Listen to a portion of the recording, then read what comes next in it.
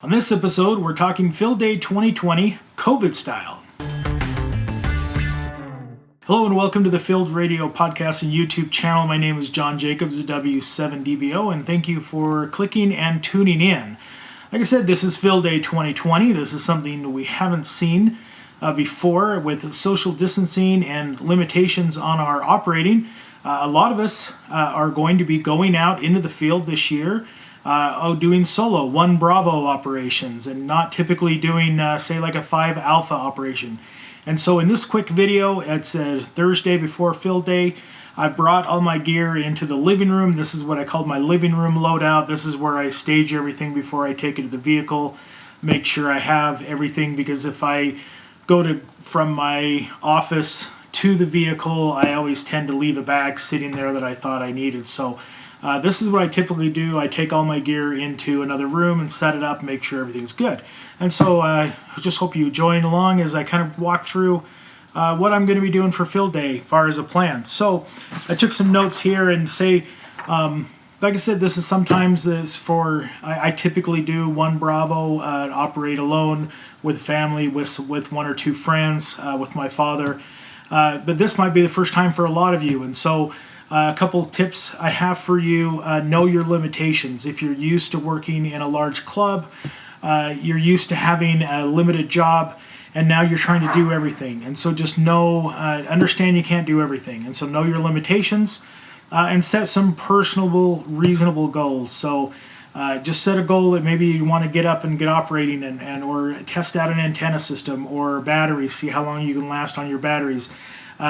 Don't try something like setting up operating 24 hours non-stop without a break and then break everything down. That's just physically too much taxing for one person to do. So just set some goals that you're going to want to accomplish this year on Field Day, and be aware of your surroundings, whether if you're going to a new area because your parks are closed or the area you're used to. Just be aware of your surroundings. If you're in a city park and you're trying to set up your lines, be aware of the public that may be walking in, under, around, and over your lines, because that's what they like to do. And then don't attempt tasks that are meant for 2 or more people. If you got your club's big antenna array and you think, well, 5 of us set it up last year, I can do this alone with 1 other person. Once again, just don't push yourself physically, or don't compromise safety. Just go with a simpler setup. Go with simpler antennas, things that it can be set up by 1 or 2 people. And then lastly, communicate with your friends or your family where you're going, especially if you're going into back country. Let them know reasonably where you'll be, when you'll be returned, at what point. If they do not hear from you, when should they start looking for you? When should they sound the alarm? Just have that family communication plan in place. So what I like to do is go through my setup. I'm getting smaller and smaller every year. Last year I kind of did the same setup, only with a larger antenna. Now, because this weekend I have some family commitments, I might actually be operating in 2 different locations. Saturday, first setup might be actually in a city park. And then in the morning, I might go up onto the top of the mountains and operate there.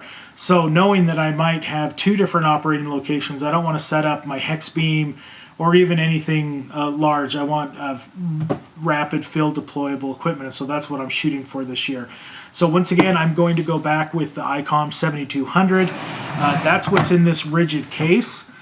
This radio is like it's meant for this case. It fits perfectly. The radio, tuner, hand mic, cables, everything fits nice and snug in this. The ICOM 7200 wants to breathe, it wants to live outdoors, and I just didn't feel right when I had it inside that rack case. So I just use this as a transportation case, and then when I get to my table, just set it out there. So let me set that aside.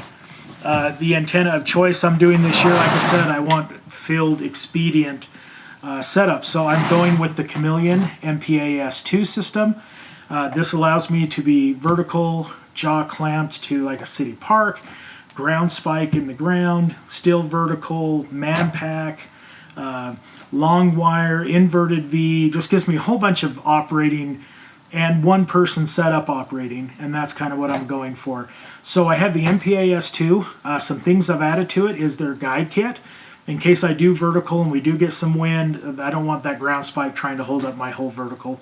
And then also I got the extra counterpoise lines, because in the instructions it says if you have one, it's a hasty setup, but if you have four, it's the ideal setup.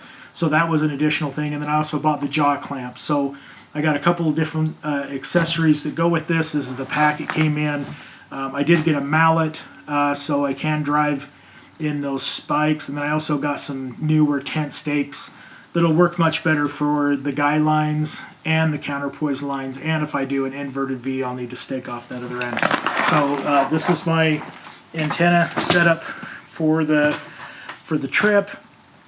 For power, like I said, I'm only going to be operating for a few hours on Saturday and a few hours on Sunday in two different setups.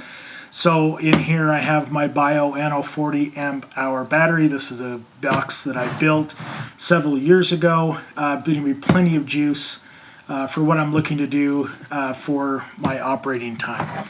And so everything else fits inside this bag. And so I'll kind of walk through just some additional items that I'm taking with me. Heil headset, so I can do voice. Plan is to do digital modes. I'm going to try FT8 for the first time on field day this year, and then regular FL Digi and then logging software. So I have my laptop and my sunshade that we'll kind of show during the setup. But I still want to do voice. It's fun. The kids come out. They love talking on voice. So I still like doing a little bit of voice.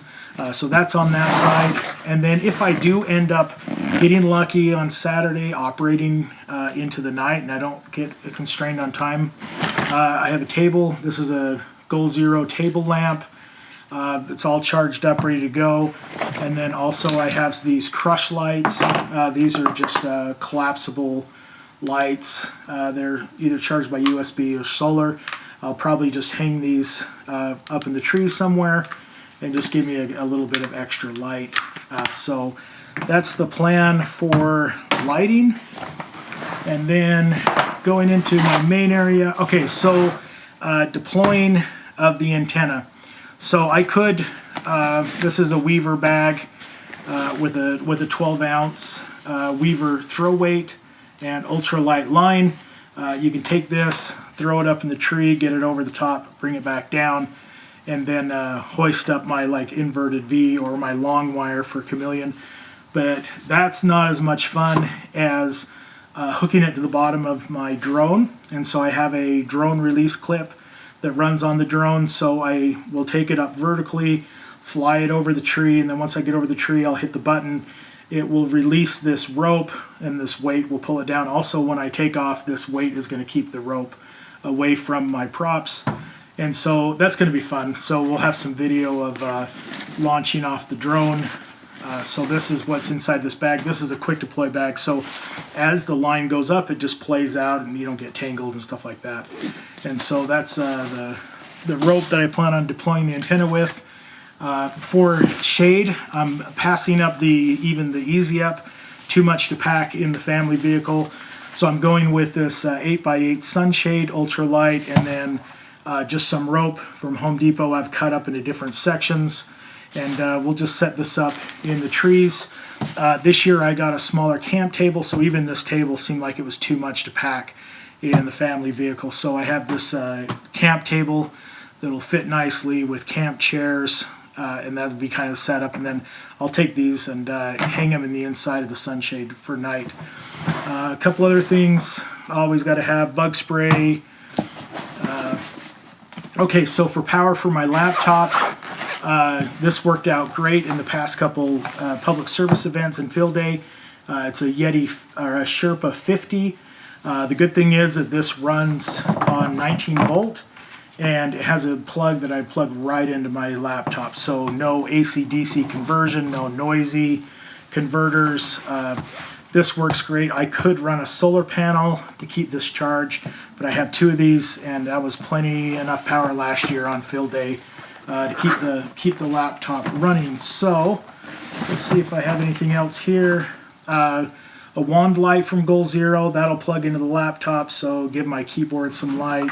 I always carry around power meters, either Power Check or Tenergy, and then I always carry around just another power pole just kicking around. And so that is pretty much it. That's the setup. Additional things that I take with me, and then I got some videos on some of this. Buddy heater, definitely gonna take a buddy heater.